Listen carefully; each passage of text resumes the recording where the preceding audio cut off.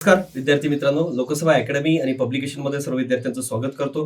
आज महाराष्ट्र इतिहास जे आहेत त्या क्लास नोट्स आलेल्या आहेत. या महाराष्ट्र इतिहासाच्या क्लास नोटच्या रूपाने आता या वर्षीच्या जवळजवळ 25-26च्या सगळ्या नोट्स आलेल्या आहेत. सोडून फक्त भारताचा इतिहास, ते पण लवकर येतील. मला माहिती आहे की सर्वात जास्त कमेंट्स त्याबद्दलच येतील. आता या महाराष्ट्राचा इतिहास जो आहे तो याच्यामध्ये काय चेंजेस केलं सर?